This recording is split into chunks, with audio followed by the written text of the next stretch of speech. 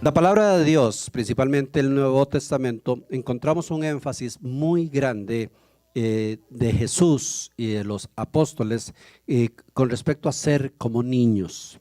Y hay como una direccionamiento, una obligatoriedad a que seamos como niños. O sea, no es que el Señor Jesús dijo, el que quiera sea como niños. No, lo puso como algo vinculante para el ser humano. Es que si no son como niños, no heredarán el reino de Dios. O sea, no es una opción ser como un niño. Es un mandato del Señor y hoy queremos hablar sobre ese mandato y sobre las distorsiones que a veces nosotros tenemos sobre este concepto. Y quisiera tomar como referencia la lectura de 1 Samuel 16, cuando el profeta Samuel va a ungir al próximo rey de Israel. En el contexto entendemos que había un rey que nunca fue bajo la gracia, bajo el propósito de Dios, que se llamó el rey Saúl. Pero cuando el rey Saúl muere, se va a escoger, antes de que muera, se va a escoger a un nuevo rey que se va a ir preparando para que cuando muera asuma las riendas de Israel. Entonces Dios manda al profeta Samuel a ungir al próximo rey o al primer rey conforme a la voluntad de Dios para Israel. Y leo para ustedes. El Señor dijo a Samuel: ¿hasta cuándo vas a estar triste por causa de Saúl? Yo no quiero que él siga siendo rey de Israel. Anda, llena de aceite tu cuerno, que quiero que vayas a la casa de Jesé, el de Belén, porque ya escogí como rey a uno de sus hijos. Samuel hizo lo que el Señor le mandó, y cuando llegó a Belén, los ancianos de la ciudad salieron a recibirle con cierto temor y le preguntaron: ¿vienes en son de paz? Cuando ellos llegaron, Samuel vio a Eliab y pensó: con toda seguridad este es el hombre que el Señor ha escogido como rey. Pero el Señor le dijo: no te fijes en la apariencia ni en su elevada estatura, pues yo lo he rechazado. No se trata de lo que el hombre ve, pues el hombre se fija en las apariencias, pero yo me fijo en el corazón. Entonces Jesé llamó a Abinadab y le presentó a Samuel, pero Samuel le comentó: tampoco a este ha escogido el Señor. Luego le presentó Jesé a Samá, pero Samuel dijo: tampoco ha escogido a este. Jesé presentó a Samuel 7 de sus hijos, pero Samuel tuvo que decirle que ninguno de ellos lo había elegido el Señor. Finalmente le preguntó: ¿no tienes más hijos? Falta el más pequeño, que es el que cuida el rebaño, respondió Jesé. Manda a buscarlo, dijo Samuel, porque no comenzaremos la ceremonia hasta que él llegue. Jesé lo mandó a llamar y el chico era de piel sonrosada, agradable y bien parecido. Entonces el Señor dijo a Samuel: este es, así que levántate, conságralo como rey. Enseguida Samuel tomó el recipiente de aceite y en presencia de sus hermanos consagró como rey al joven que se llamaba David. A partir de ese momento el Espíritu del Señor se apoderó de él. Después Samuel se despidió y se fue a Ramá. Dios estaba escogiendo al próximo rey de Israel y estaba buscando a alguien que tuviera el corazón conforme el corazón de Dios. Nosotros menospreciamos mucho, la tendencia del ser humano menosprecia al niño, porque está incompleto para nosotros, porque todavía no vemos muchas cosas que Dios podría estar viendo en ellos. Y lo hacemos, yo creo que de una forma natural, no ofensiva. A veces cuando tenemos que hacer alguna tarea y algún niño la quiere hacer: no, eso es para hombres, ¿verdad? No, usted está muy pequeñito y vamos marcando, porque nosotros nos pasa lo que le pasó a Samuel. Cuando Samuel llega a buscar al próximo rey, ya el Señor le dice: es uno de los hijos de Isaí o de Jesé, dice esta versión, y donde él llega, él tenía 8 hijos. Y yo creo que si a uno lo mandan a buscar al rey, uno pues escogería al que tiene más pinta de rey, ¿verdad? Entonces dice que el primero de los hijos que se le presenta es un tipo alto, cuadrado, o sea que tiene una gran apariencia, un gran físico, y inmediatamente él lo asocia y dice, claro, ese es. Este tiene toda la pinta y todas las características de un rey, porque nosotros somos ópticos. Y el Señor lo reprende al profeta y le dice, ustedes se fijan en las apariencias, en la estatura y en las características físicas, pero yo me fijo en el corazón. Este está desechado. Entonces el mismo padre, y veamos a Isaí lo emocionado que podía estar, porque era una familia humilde de pastores de ovejas, y de pronto llega el profeta y le dice, uno de tus hijos va a ser escogido para ser el rey. ¿Se imaginan qué honor? ¿Se imaginan qué honor para un padre? Que te llegue alguien a decir, vea, es que uno de tus hijos va a ser el presidente de los Estados Unidos. No hallaría ni qué hacer. Entonces obviamente el mismo papá le presenta al mejor, al que tenía más pinta de rey, al más grande, al más maduro, a lo mejor el más inteligente, el más capaz.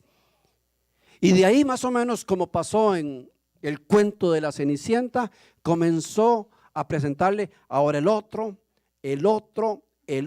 hasta que se le acabaron los hijos. Y ya el mismo papá dice, pues esos son los 7 que tengo. Se le olvidó el pequeñín, se le olvidó el que nadie toma en cuenta. Y el mismo profeta le tiene que decir, ¿acaso no tendrás otro hijo que se te está olvidando? Dice, oh sí, pero es que es un niño, pero es que es muy chico, o sea, se anda buscando un rey. Pero es más, es tan pequeñito que lo tenemos allá, anda jugando con las ovejitas. Ni el propio papá creía posible que un niño fuera escogido por Dios para ser el rey.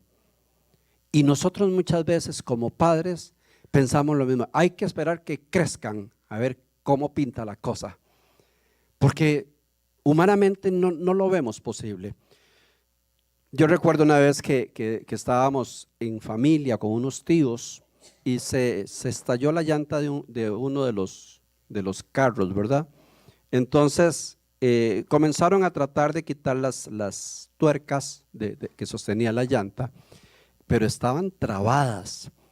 Entonces llegó mi papá y le hacía y no, ¿verdad? Y llegó mi tío y le hacía y estaban todos, ¿verdad? Entonces yo de niño, tal vez con unos 6, 7 años, me metí en la fila para desatorarlas. Entonces yo quiero, era muy impulsivo. Y donde yo agarré la varilla, la llave, todos se rieron y con justa razón. Y recuerdo a mi mamá que dice, no pueden los vivos, van a poder los muertos. Ay, todavía me duele eso. Ahora la llamo y se lo reclamo.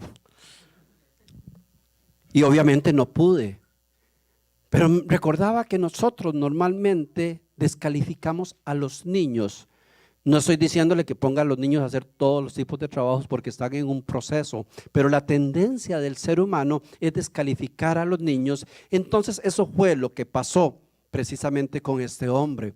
Este hombre le pareció completamente ilógico que el más pequeñito, el chico, iba a ser escogido como rey, teniendo 7 hijos que cumplían las características.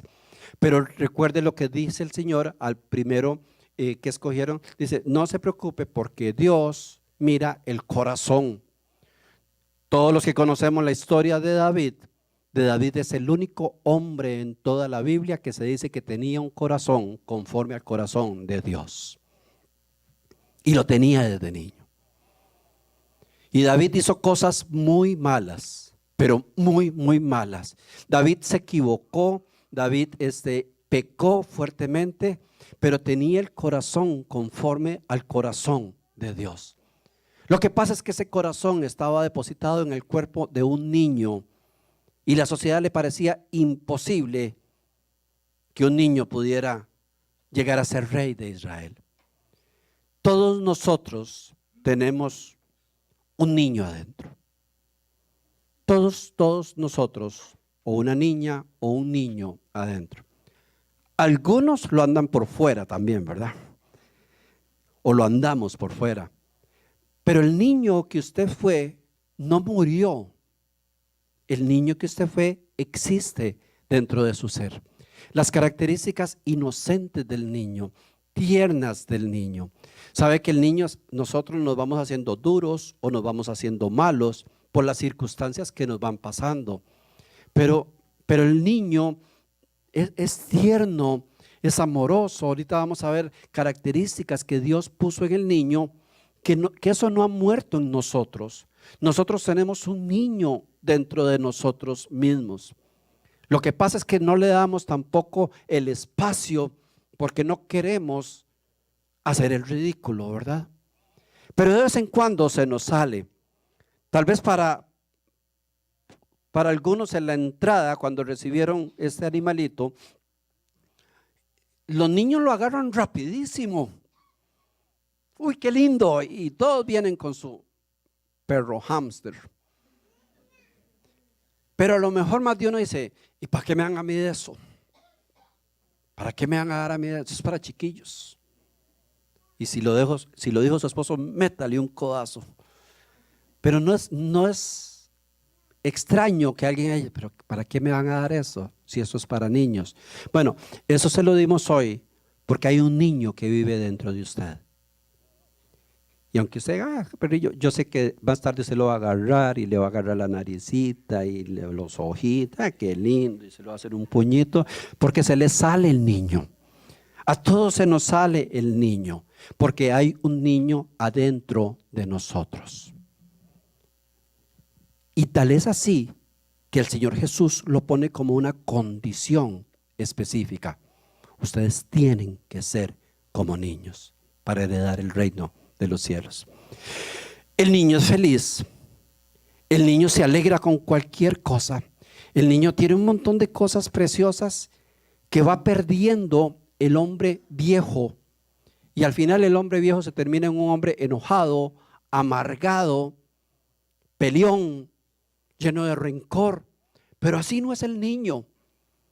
Si escarbamos dentro del corazón de cualquier malvado, vamos a encontrar a un niño viviendo ahí. Usted tiene un niño ahí dentro. Jesús le dio un énfasis importante a los niños. Cuando Jesús estaba sentado enseñando, los niños corrían hacia él. Jesús, aparte de todo lo que hacía, pues era el hombre más famoso en ese momento en toda la región donde andaba. Era el hombre más carismático, digamos que era el hombre de moda. Jesús tenía un amor tan grande que tanto los viejos como los niños querían estar cerca de él. Entonces, como todo en un pueblo, no sé si en un pueblo ha visto que cuando viene alguien importante o cuando viene un circo o cuando viene un político o algo así, lo primero que salen son todos los chiquillos corriendo detrás del carro, ¿verdad? Todos viendo a ver qué es. Y en el tiempo de Jesús, pues los niños corrían a ver a Jesús. ¿Y qué hacían los discípulos? Los quitaban. Hacían como una barrera. No, dejen al maestro descansar, porque eran niños. Si venían adultos, sí podían estar cerca del Señor, pero si venían niños, los apartaban. Y el Señor los reprende y le dice: dejad a los niños, venid a mí, porque de los tales es el reino de los cielos. Jesús siempre fue enfático en las características del niño asociado al reino de Dios, porque el reino de Dios es un reino para niños. Porque cuando usted y yo seamos redimidos totalmente después y nos despojemos de este cuerpo, volveremos a ser como niños. Volveremos a tener las características del niño. Se borrará toda la maldad, se borrará toda la malicia, se borrará todo el odio, el rencor, las cosas malas de nosotros, y lo que va a quedar es una persona como un niño. En Mateo 18, el Señor está hablando con sus discípulos porque le hacen una pregunta muy difícil de contestar: ¿quién es el más importante?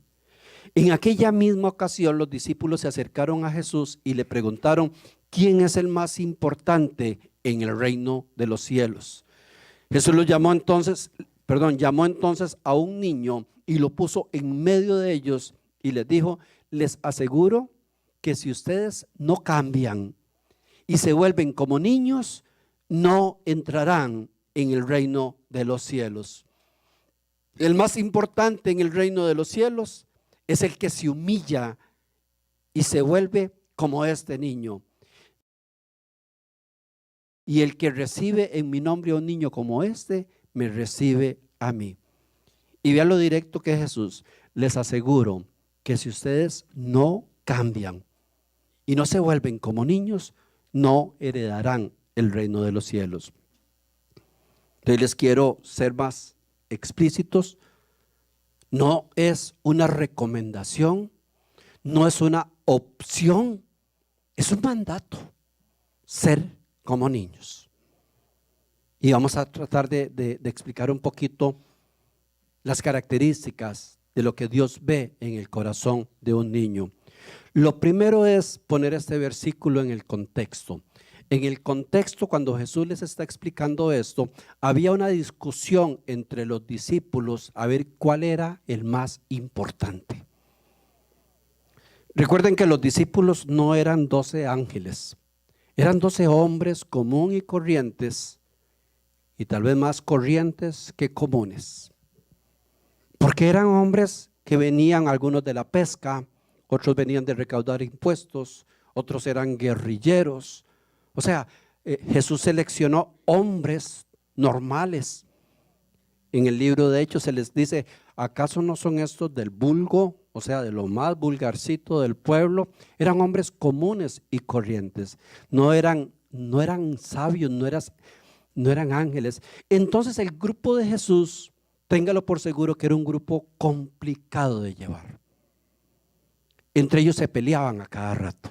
Habían enemigos a muerte dentro del mismo grupo. Había un cananista que eran revolucionarios que odiaban y peleaban contra el imperio romano, y habían publicanos que eran judíos que se habían asociado con los romanos para sacarle los impuestos a los judíos. Entonces, entre un cananista y un publicano había un odio mortal. Solo el reino de Dios pudo hacer que se entendieran. Pero cuando se vieron la primera vez, posiblemente alguno pensó: ¿y ese qué está haciendo aquí? ¿Y ese qué está haciendo aquí? A lo mejor uno dice: no, si este sigue en el grupo, yo me voy. Hay personas que llegan a la iglesia y dicen: ¡ay, qué linda iglesia! Ah, pero está Julana, no vuelvo. ¿Amén? ¿Quién dijo amén para apuntarlo? Uy, qué bonito. Ah, sí, pero ahí llega tal familia. No. Nos comportamos igual. Entonces, entre los 12 habían enemigos mortales que posiblemente a lo mejor hablaron con Jesús. Le dicen: Señor, yo soy feliz con usted, yo sigo con usted, pero si ese tipo sigue dentro del grupo, yo me salgo. No lo soporto. Se peleaban entre ellos. Había tráfico de influencias. Comenzaron a tratar de convencer a la mamá de Jesús a ver cuál se iba a sentar más cerca de Jesús. Estaban peleándose el campo, no se habían ni muerto, y estaban peleándose el campo que iban a tener en el cielo. Se parecen a nosotros, ¿verdad? Muy parecidos a nosotros cuando estamos en un grupo. Entonces de pronto se armó una discusión entre ellos a ver cuál era el más importante. Y yo me imagino que a lo mejor Pedro, ¿verdad?, que era bien zafado, a lo mejor decía: aquí el más macho soy yo, ¿verdad? Y el otro decía: no, yo soy el que Jesús siempre está conmigo. Y el otro decía: no, yo como del mismo plato de él. No, a mí me depositó la confianza, yo llevo hasta el dinero del grupo. Y entre ellos habían pugnas internas a ver cuál era el más importante. A tal grado que tuvieron el descaro de preguntarle al mismo Jesús. ¿Se imagina qué pregunta más difícil para un líder? Que le lleguen a decir: vea, díganos así, aquí estamos los 12. Díganos, ¿cuál de estos, cuál es el más importante para usted? Entonces la respuesta que Jesús está dando es una respuesta que va en contra del orgullo. Está ubicándolos.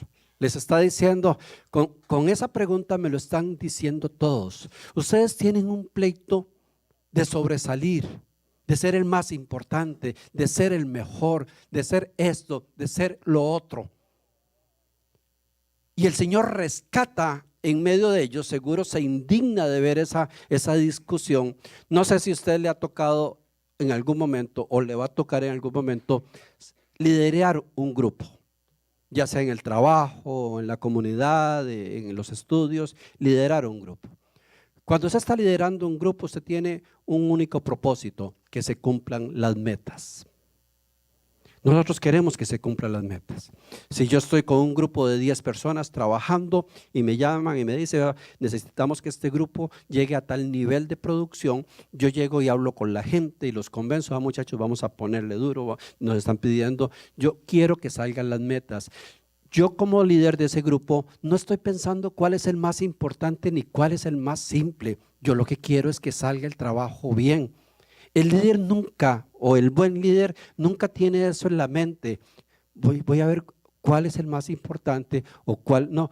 Voy a tratar de que entre todos logremos sacar y cumplir las metas que se nos han propuesto. Pero es muy diferente lo que piensa el líder o el jefe a lo que piensa la gente o el pueblo. Los que hemos tenido la oportunidad, tal vez en la experiencia de nuestra vida, de ser jefes en áreas de trabajo, sabemos o saben de lo que estoy hablando. Yo tuve un buen grupo a cargo y yo lo único que pensaba era que sacáramos las tareas que se nos asignaban y que la gente estuviera en paz y contenta. Pero entre ellos habían unos pleitos. Y el pleito normalmente entre ellos era quién era el más importante, quién era el más capaz, quién era el más sabio, quién era el más amigo del jefe, quién era, porque actuamos como no actúan los niños. Entonces Jesús los está confrontando de una manera muy fuerte. Cuando en medio de esa discusión el Señor para y dice, quietos muchachos. Y se va y se trae un niñito que a lo mejor estaba jugando por ahí y dice que se los pone en el puro centro. Dice, con eso se va a acabar la discusión de ustedes. ¿Saben cuál es el más importante? El que sea como este niño.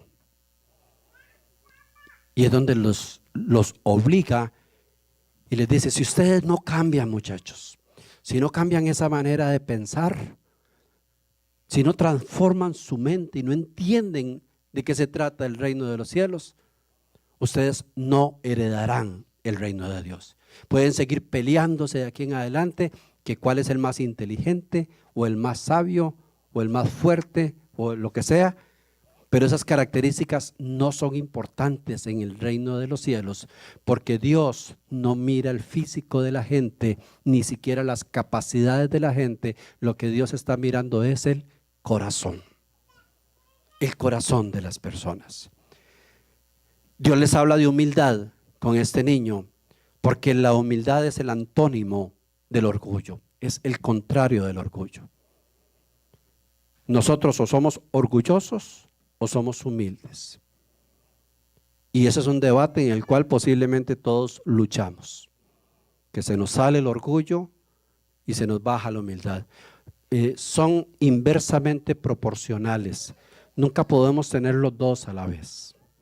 Usted, si se sube uno, baja el otro. Si este se baja, sube el otro. Pero no existe una persona que pueda decir, yo soy orgulloso y humilde. No lo hay. Lo que pasa es que el orgullo se disfraza de muchas formas y nosotros lo camuflamos. Alguien decía de una forma muy sabia, dice, el orgullo es como el mal aliento. Todo el mundo lo nota, menos uno. ¿Cuántos andan mal aliento hoy? Ve que no se nota. A uno llega y se le arriba una persona y esa persona no se da cuenta, o uno mismo. A mí a veces le digo a mi esposa, a ver, revíseme, a ver cómo ando, ¿verdad? O a veces veo que me paso un chicle y entiendo la indirecta, ¿verdad? Porque uno no se da cuenta, normalmente uno no se da cuenta que tiene mal aliento. Así como uno no se da cuenta que está siendo orgulloso. Porque el orgullo se disfraza de muchas cosas que no están en el corazón de un niño. Se disfrazan en que tengo la razón, en mi capacidad, en lo que yo considero justicia, en lo que considero injusticia. Se disfraza de tantas formas, pero al final de cuentas es orgullo. Cuando el Señor toma a un niño como modelo, está hablando de las actitudes del niño, y vamos a ver rápidamente algunas de ellas, de las actitudes que tiene el niño naturalmente. Quiero explicar, siempre cuando nosotros hablamos en términos globales, ¿verdad? No falta quien diga, no, es que mi hijo no es así. No, estamos hablando de la generalidad, ¿verdad? Cuando a veces decimos, es que los hombres son así, una mujer dice, no, mi esposo no. O sea, no estamos hablando de los casos específicos, estamos hablando de la generalidad de un niño, ¿verdad? Para que nadie se ponga así, no, los niños míos no son así, sino el niño en esencia. Y cuando hablamos de niño es el que tiene inocencia, el que no ha perdido su inocencia, el que se comporta como niño, no es precisamente la edad. Una de las características del niño es la sencillez, es la transparente ausencia de la doblez en ellos. O sea, el niño nunca tiene segundas intenciones. El niño es sencillo en lo que quiere, en lo que pide o en lo que hace. No hay nada más sencillo que un niño. Estábamos una vez en un restaurante en otro país y nos sentamos, estábamos sentados como en una barra donde se comía casi, bueno, en una barra, ¿verdad? Y estaba muy lleno, entonces estábamos tratando de acomodarnos ahí y sentamos a Noah, estaba más pequeñito, a la par de la persona que seguía en la barra. Y de pronto Noah volvió a ver y dice, me tocó a la par del pelón. Y el pelón nos hizo una cara, ¿verdad? Pero es que el niño es sencillo, sin doblez. En el corazón del niño no hay una intención de herir, de maltratar. Yo creo que todos como padres tenemos alguna experiencia que el niño abrió la boca y dijo, uy, qué congoja, qué susto, qué mal que nos hizo quedar. El niño que toca la puerta y la mamá dice, dígale que no estoy. Entonces dice mamá que no está. El niño mete la pata porque no tiene doblez, porque no tiene esa malicia. Nosotros tenemos que ser sencillos. Dice la palabra de Dios, el hombre de doble ánimo es inconstante en todos sus caminos. ¿Y cuál es el hombre de doble ánimo? El que no es como un niño. Hoy está aquí, mañana está acá. Hoy está feliz, mañana está enojado. Hoy está comprometido con Dios, mañana no quiere nada con Dios. Hoy estoy dispuesto a estar contigo en todo tiempo y mañana no estoy dispuesto a estar con usted en todo. El niño no. El niño transparentemente siempre va a expresar lo que siente. Uno es el que anda detrás de los niños, no diga eso aquí, que no diga, metiéndole, porque el niño naturalmente va a expresar lo que siente. La sinceridad es una característica de un niño. La franqueza y la espontaneidad. Los niños tenemos que saber guiarlos porque son sinceros. El niño no mide que lo que va a decir puede causar un problema. El niño no mide que lo que va a decir le puede hacer pasar un mal rato a una persona. El niño es sincero. Si usted lo invitan a comer a una casa y a usted le dan algo que tal vez no le gustó mucho y le preguntaron, ¿cómo le fue con la comida? Uno normalmente dice, estaba bien buena, ¿verdad? ¿Verdad que sí? Pero pregúntele al niño, ¡no, qué feo! No tiene problema. Y uno por debajo, pues va al pellizquito, ¿verdad? Para que se alinee. Pero el niño es sincero. El hombre, la mujer, tenemos que ser sinceros. Dice la palabra de Dios, cuando habla de los juramentos, dice, no juréis ni por el cielo ni por la tierra. Y vea qué fácil nos la pone, que tu sí sea un sí y tu no sea un no, y punto. Como un niño, sincero. ¿Cuántas veces nosotros decimos un sí sabiendo que no podemos? Nos invitaron a X lugar, sí, llego, y tal vez uno sabe que no llega, pero es que sentí muy feo decirle que no, ¿verdad? O asumimos una responsabilidad que no podemos cumplir, pero decimos que sí para quedar bien. Decía un hombre muy sabio y dice, no sé cuál es la clave del éxito, pero sí sé cuál es la clave del fracaso. Y la clave del fracaso es decirle que sí a todas las personas.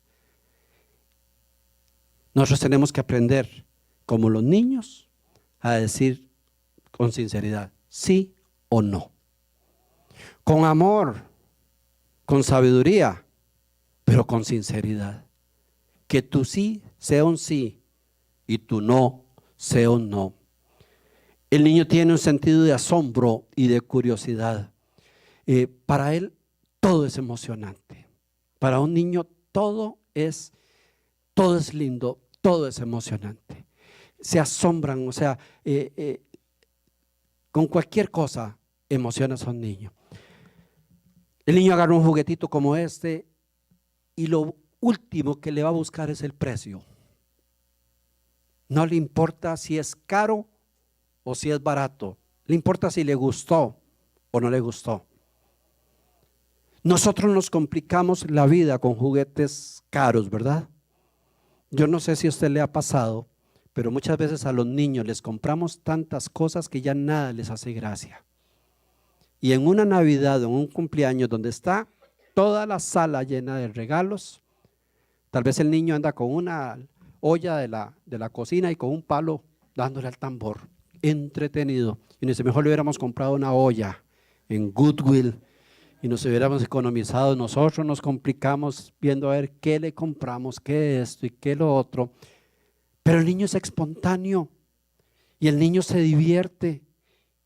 El niño no está, ya cuando el niño comienza a pedir marcas, es que ya no es niño. Pero el niño no se fija en los zapatitos que le compraron a ver si son Nike. Se fija si tiene luces, si tiene colores, si suena. No se pone los zapatos y se vea qué rápido corro con eso y sale corriendo.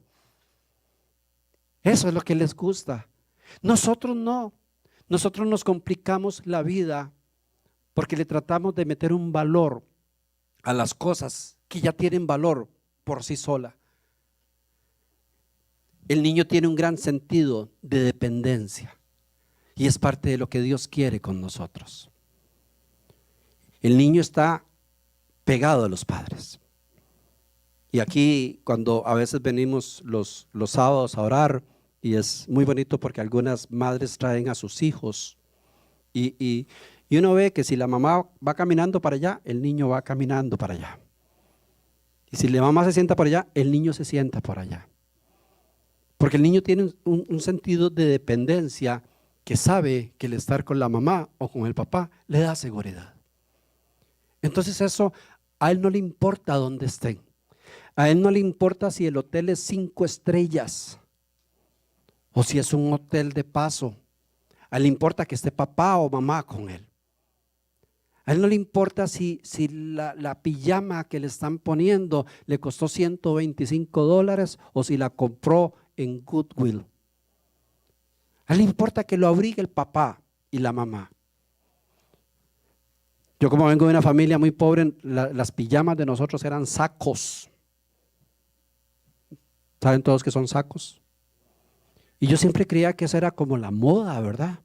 Entonces mamá le traían sacos como de harina, de manta, y ella les hacía como un ruedito y les metía como un cordón. Entonces nos metía dentro del saco y le hacían un nudo acá, ¿verdad? Un lazo. Y esa era la pijama para que uno no se descobijara. Y uno andaba todo emocionado con las pijamas de mamá. Y yo le decía a mis hermanos, vean, la mía dice azúcar Victoria. Y el otro salía con harina, no sé qué, y con sal, sol. Y hacíamos competencia a ver quién tenía la más bonita. Pero no nos importaba porque nos la daba mamá, porque nos daba la seguridad, porque nos dependían de él. Cuando los niños se comienzan a independizar, se comienzan a separar de los padres. No estoy diciendo que eso es pecado, es natural. Pero cuando uno ve que ya los niños no quieren andar con el papá, o les da vergüenza que la mamá les dé un beso, o que lo lleve a la escuela, o esto, ya el niño comenzó a independizarse, y entonces ya está dejando de ser un niño. ¿Sabe que el problema del ser humano es cuando tratamos de independizarnos de Dios? Cuando nosotros conocemos de Dios, normalmente nos aferramos a Dios de tal forma que si Dios se mueve nos movemos y si Dios no se mueve no nos movemos. A eso la palabra de Dios en Apocalipsis le llama el primer amor. Estamos amarrados de Dios. Estamos tan emocionados que todo lo queremos hacer, en todo nos queremos involucrar. Queremos estar cerca de Dios las 24 horas. Pero dice Apocalipsis que el primer amor se va perdiendo. Y ya cuando la persona a veces ya no depende tanto de Dios, porque tal vez su situación económica se emparejó, o su situación matrimonial se arregló, o lo que sea, entonces naturalmente nos comenzamos a independizar de Dios. Ya no necesitamos tanto. Antes necesitaba ir a la iglesia todos los días. Ahora no, ahora es dependiendo del clima. Nos independizamos de Dios. El niño es totalmente dependiente y Dios quiere que nosotros seamos totalmente dependientes de Él.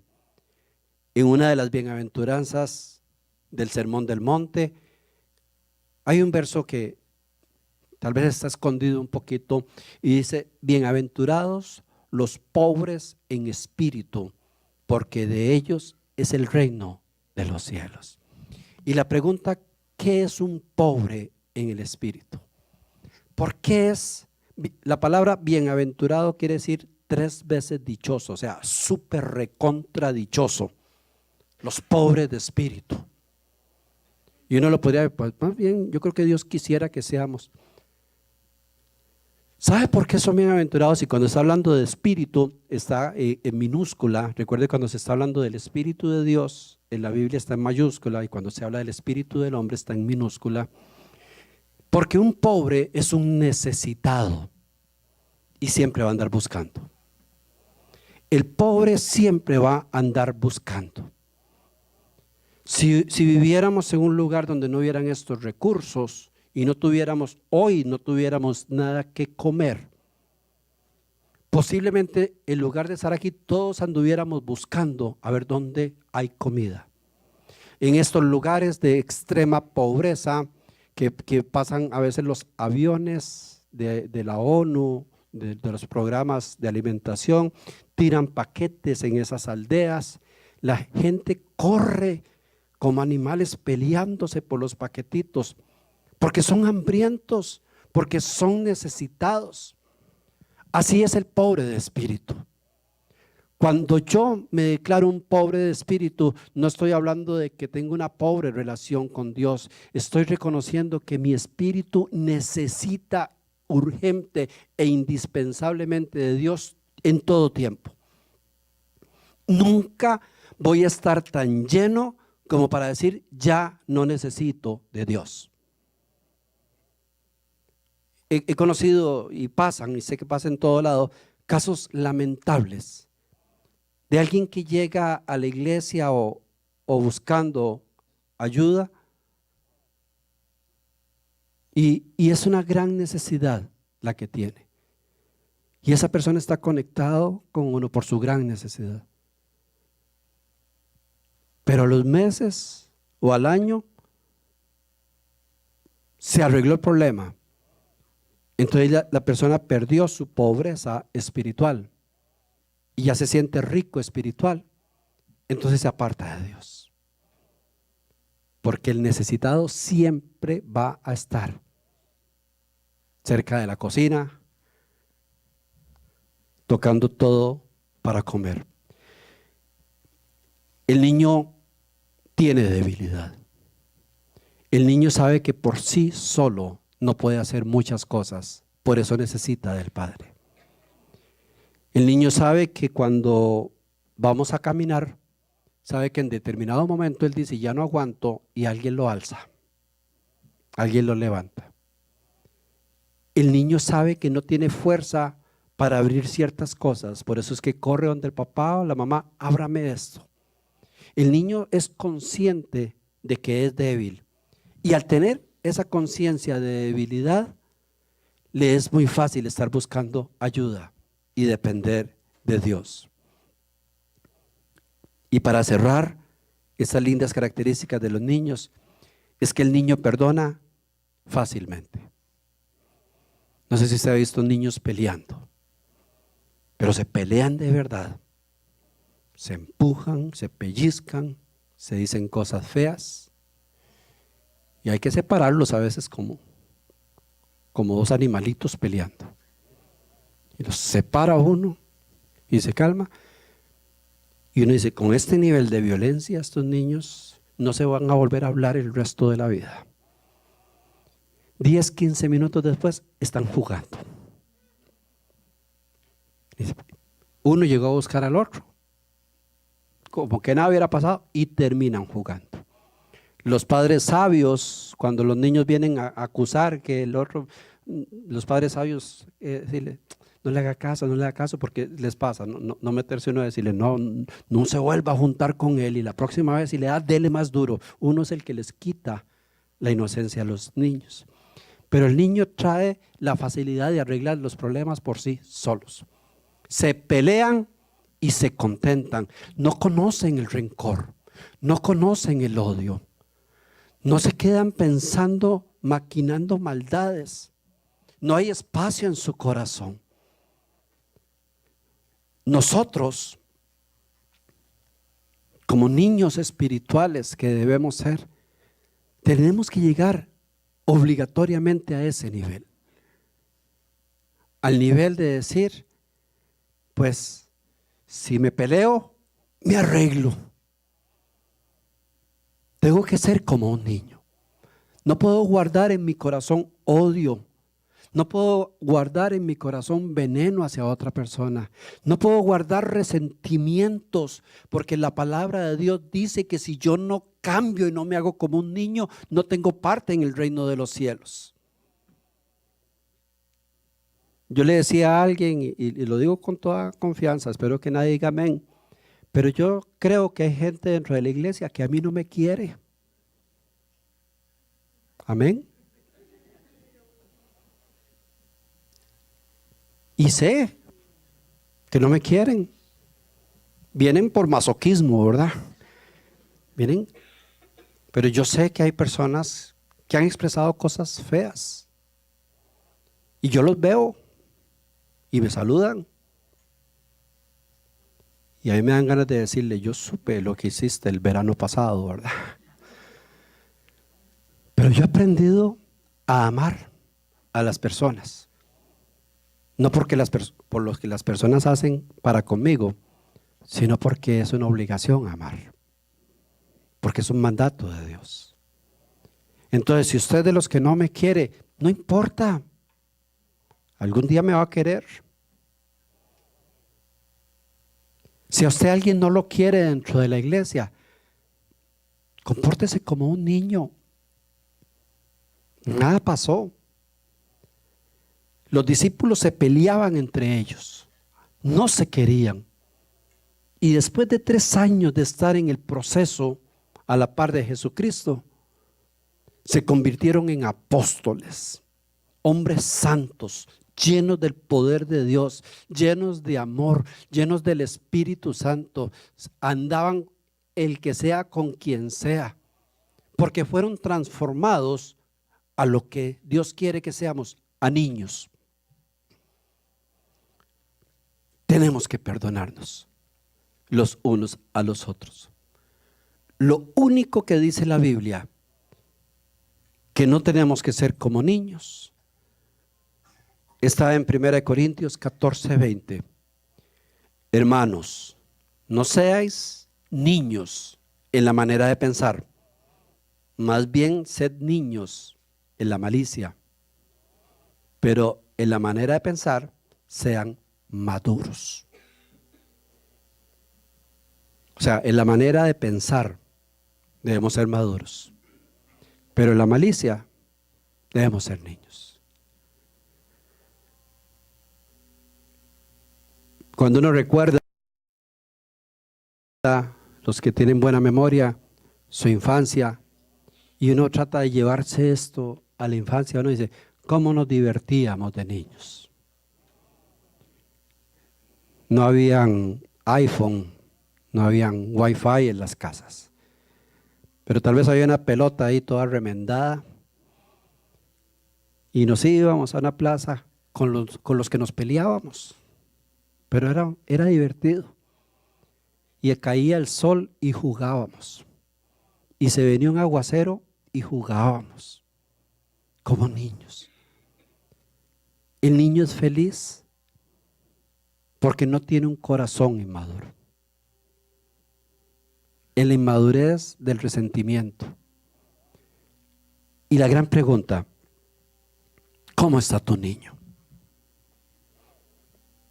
¿Cómo está tu niño? ¿Contaminado por el viejo? ¿O tienes que resucitarlo, como lo dijo el Señor? ¿Eres un dependiente de Dios? ¿Eres sincero con Dios? ¿Perdonas con facilidad? ¿Olvidas lo feo que te hicieron rápidamente para seguir disfrutando la vida? ¿O te amargas por lo que te hicieron? Yo todavía oigo cristianos decir, lo que me hizo esa persona, no se lo perdono nunca. Violentando lo que dice la palabra de Dios. Perdonados los unos a los otros. No, lo que a mí me hicieron, no lo perdono. Lo que me hizo tal persona, y ya se murió, y yo espero que esté revolcándose en el infierno. Y el problema lo tiene el viejo que vive acá. Pero ¿sabe qué es el niño?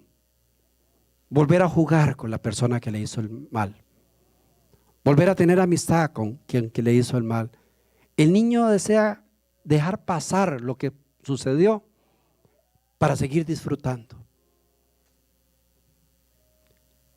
Iglesia, si no somos como niños, no heredaremos el reino de los cielos. Hoy es un tiempo de despejarnos nosotros de todo lo que contaminó a ese niño que vive aquí adentro. Ese niño feliz, inocente, sincero, transparente, dependiente, perdonador, que las circunstancias lo fueron convirtiendo en un hombre malo, en un hombre rencoroso, en una persona hipersensible, en una persona que no perdona. No perdona. Es que lo que me hicieron no se perdona. Sí se perdona. Sí se perdona. Los niños perdonan. Tu hijo en algún momento tal vez lo castigaste, hiciste A, y el niño te dice, ahora es que no lo quiero. Y a los 10 minutos están los regazos de uno otra vez. Porque perdonan aún nuestros errores.